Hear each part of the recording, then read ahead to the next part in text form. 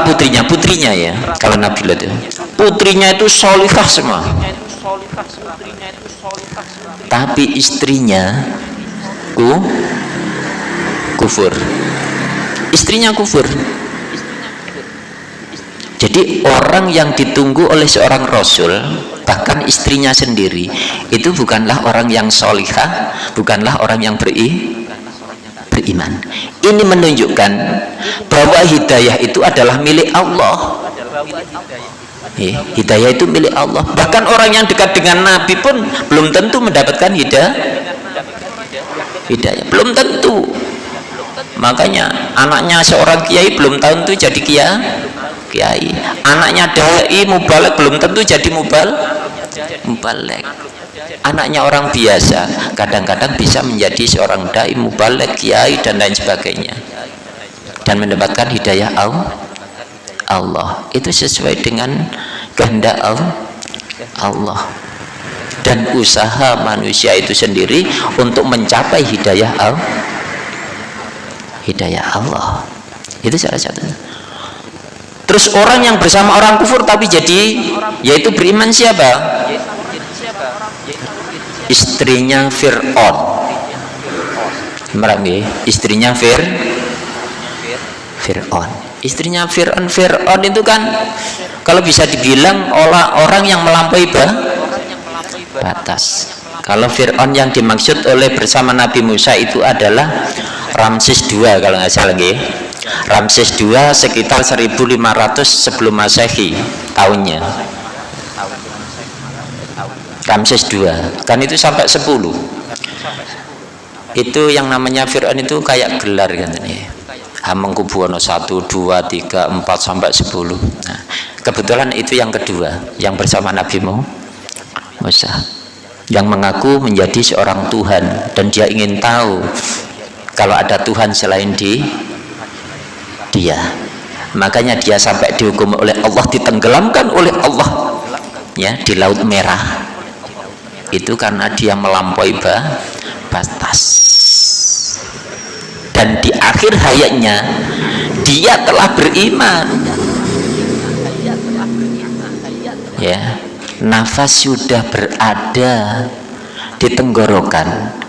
Fir'aun berkata, aku beriman kepada Tuhan yang disembah oleh Nabi Musa dan Nabi Harun.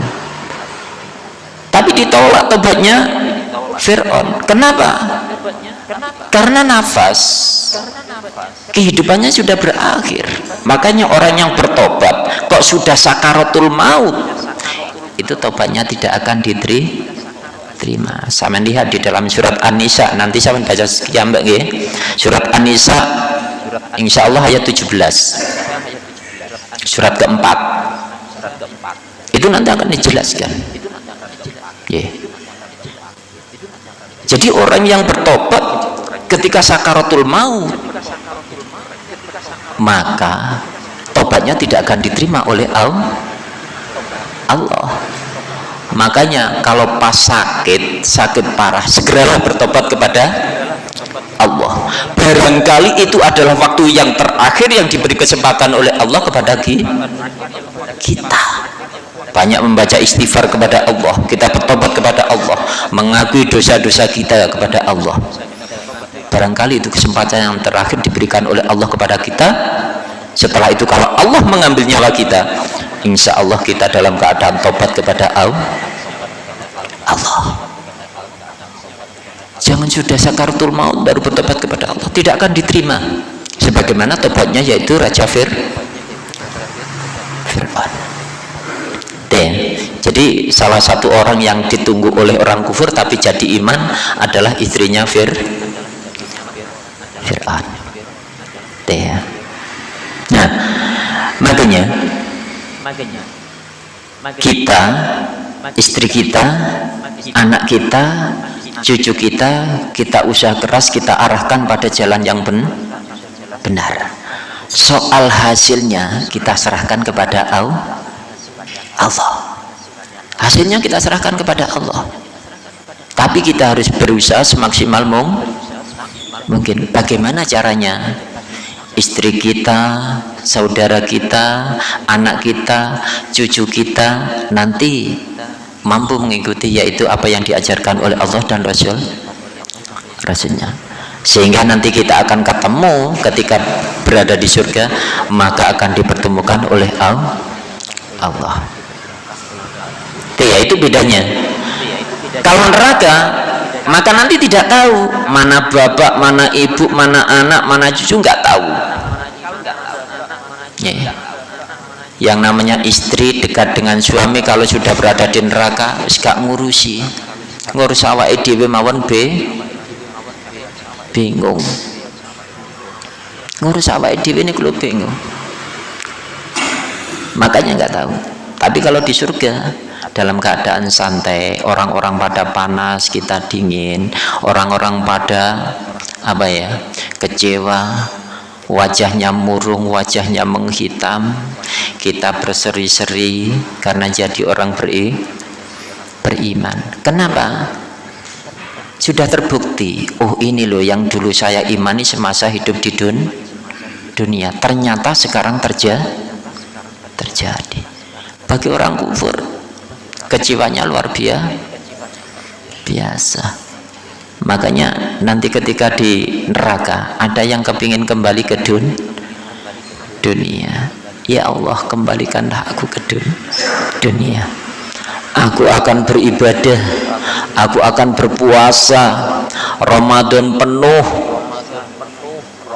diikuti puasa Syawal, diikuti puasa Senin Kamis, diikuti puasa Nabi Dawud, diikuti puasa-puasa yang lain. Tapi apa kata Allah? Percuma. Karena memang manusia ketika dalam keadaan menderita itu mesti begitu. Ketika menderita itu mesti begitu. Tapi ketika bahagia, lupa daratan, lupa Allah. Maka berhati-hatilah ketika dalam keadaan bahagia, seringkali menjadikan kita itu lengah atau melupakan Allah.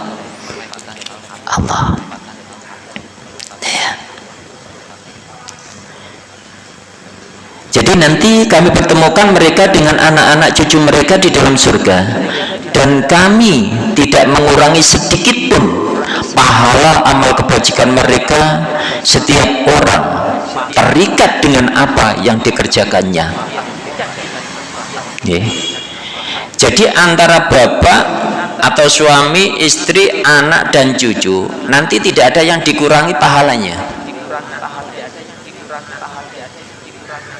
Suami memberikan nasihat pada istri, istri mendapatkan pahala, suami mendapatkan pahala. Nanti anak mengikuti, istri mendapatkan pahala, bapak mendapatkan pahala.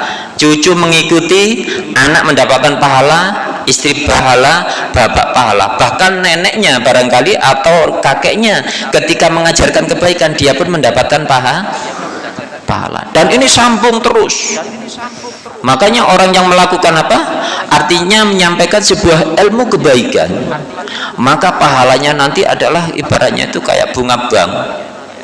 Semakin banyak yang mengikuti, maka pahala yang diterimanya semakin banyak. Maka bagaimana seorang Nabi Muhammad pahalanya nggak begitu banyak? Karena yang mengikuti luar biasa. Makanya dijamin oleh Allah masuk surga. Begitu saja seorang nabi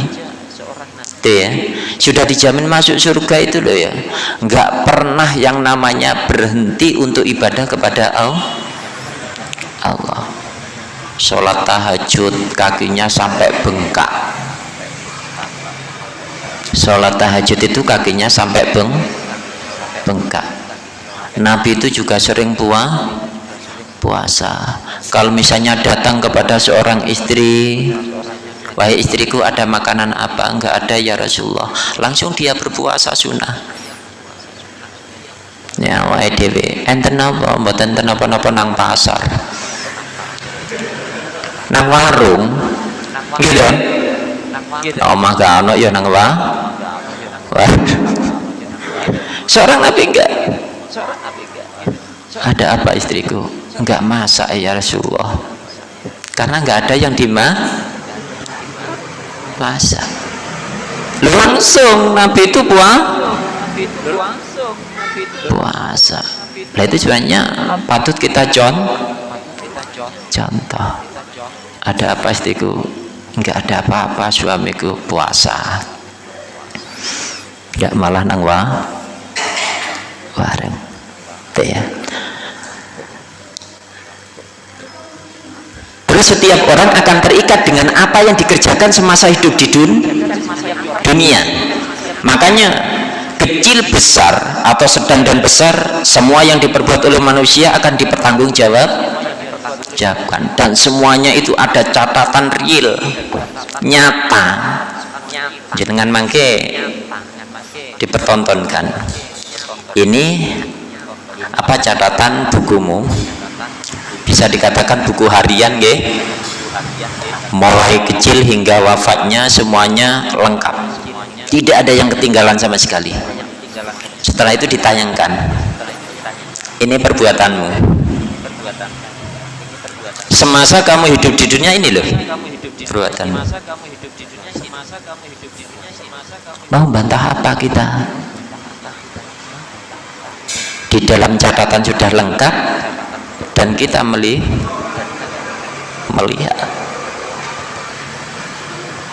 Kita melihat. Makanya pada saat itu tidak ada seorang manusia pun yang mampu mengangkat kepalanya di hadapan Allah. Semuanya tertunduk. Semuanya tertunduk di hadapan Allah. Tidak ada yang berani mengangkat kepalanya. Dan orang yang lebih celaka itu adalah orang yang tidak, artinya apa? Allah tidak mau melihatnya. Itu yang lebih celaka. Ada nanti orang yang apa ya? Allah tidak mau melihatnya karena melampaui batas. Maka itu cita-cita kita, semua keluarga kita usahakan kita bawa atau kita pertemukan, yaitu di surga. Kita arahkan pada jalan yang benar, jalan yang lurus. Terus coba dilihat lagi, yaitu surat ke-40 ayat 8 ya. Surat ke-40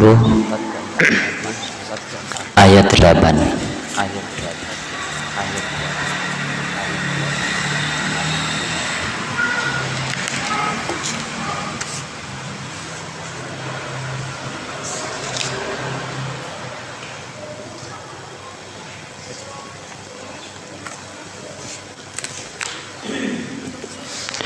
A'udzubillahiminasyaitonirrajim. Ini surat Ghafir ya, atau surat Al-Mu'min. Ghafir itu artinya pengampunannya. Ini adalah doa malaikat kepada keluarga yang berada di surga. Niki doanya. Ini sebenarnya mulai ayat 7 niki. Rabbana wasi'ta kulla syai'ir rahmah wa ilman faghfir lil ladzina tabu wa tabau sabilaka wa qihim adzabal jahim. Rabbana wa adkhilhum jannati adnin allati wa'adtahum man salaha min abaihim wa azwajihim wa dzurriyyatihim innaka antal azizul hakim.